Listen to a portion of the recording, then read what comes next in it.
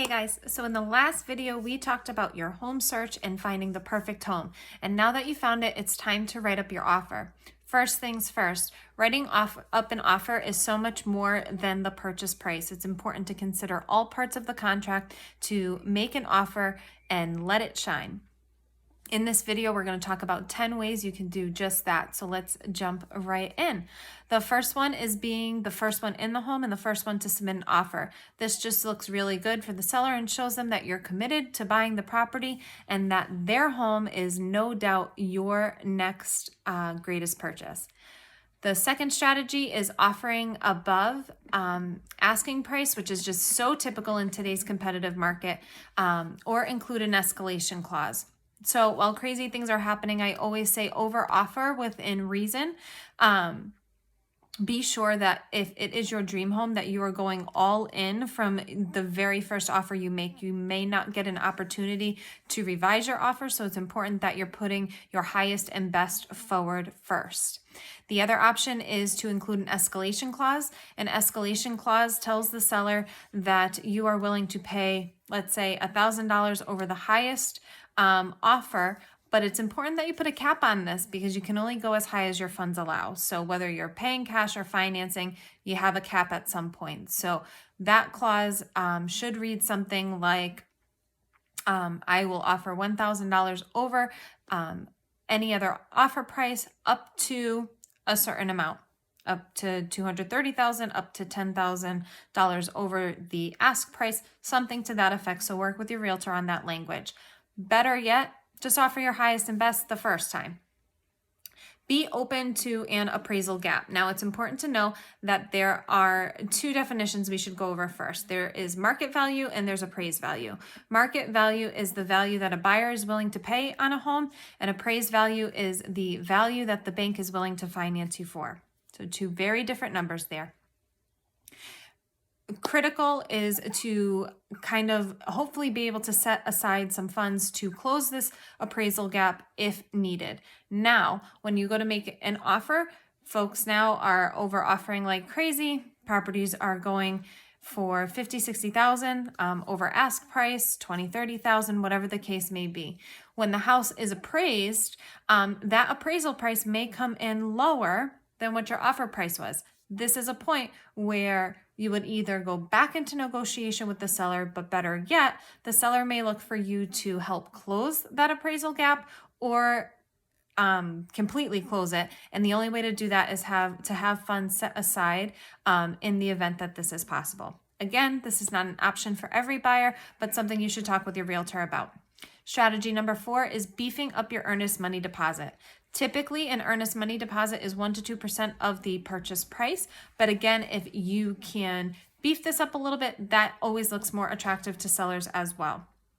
The earnest money deposit, it's important to know, can be applied to your closing and down payment costs. So if you're able to throw this money up front, it's going to help you out in the long run. So if your closing costs, down payment total $15,000, let's say, but you put up an earnest money deposit of $5,000, you're going to just need to bring $10,000 to close. So it's really advantageous and looks great to the seller if you're able to offer a large earnest money deposit, and you can do that in 1 installment or 2 installments on the contract.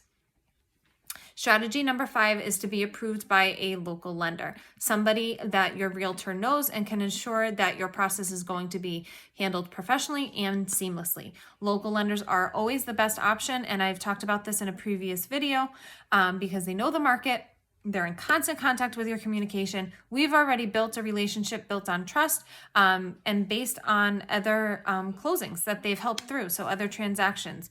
So it's really important to work with those that we recommend because, again, we've already built that relationship. We're bringing you into this kind of awesome team. And while I don't receive any compensation from a local lender for referring them, I do receive assurance knowing that you're in the best hands possible and that we're going to bring this deal to the closing table.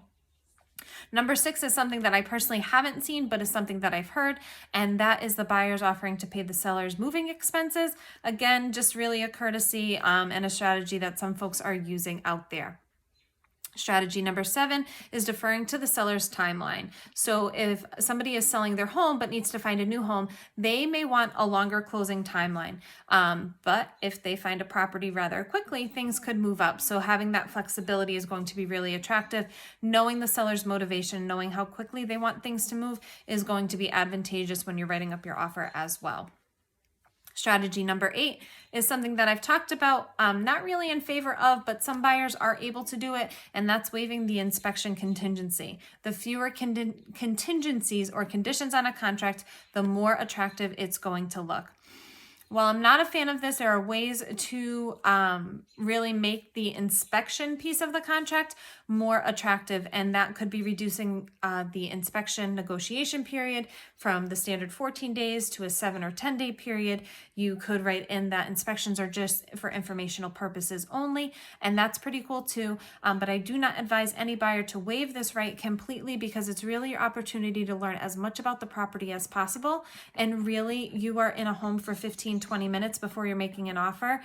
So use the inspection as a way to learn about the property, but to walk through the home, feel it, and get a sense of it logistically. So I always find that super helpful. The next strategy is really eliminating financing contingencies if you can. So not asking for seller credits if you don't need them, really reducing your closing timeline to that kind of guided by your lender, and to narrow that if that's what's going to work for the seller as well. And last but not least, strategy number 10 is either paying cash for the house if you're able to, or putting a larger down payment. That always looks attractive. Again, not every buyer is in the position to pay cash or to have a large down payment, and that's okay.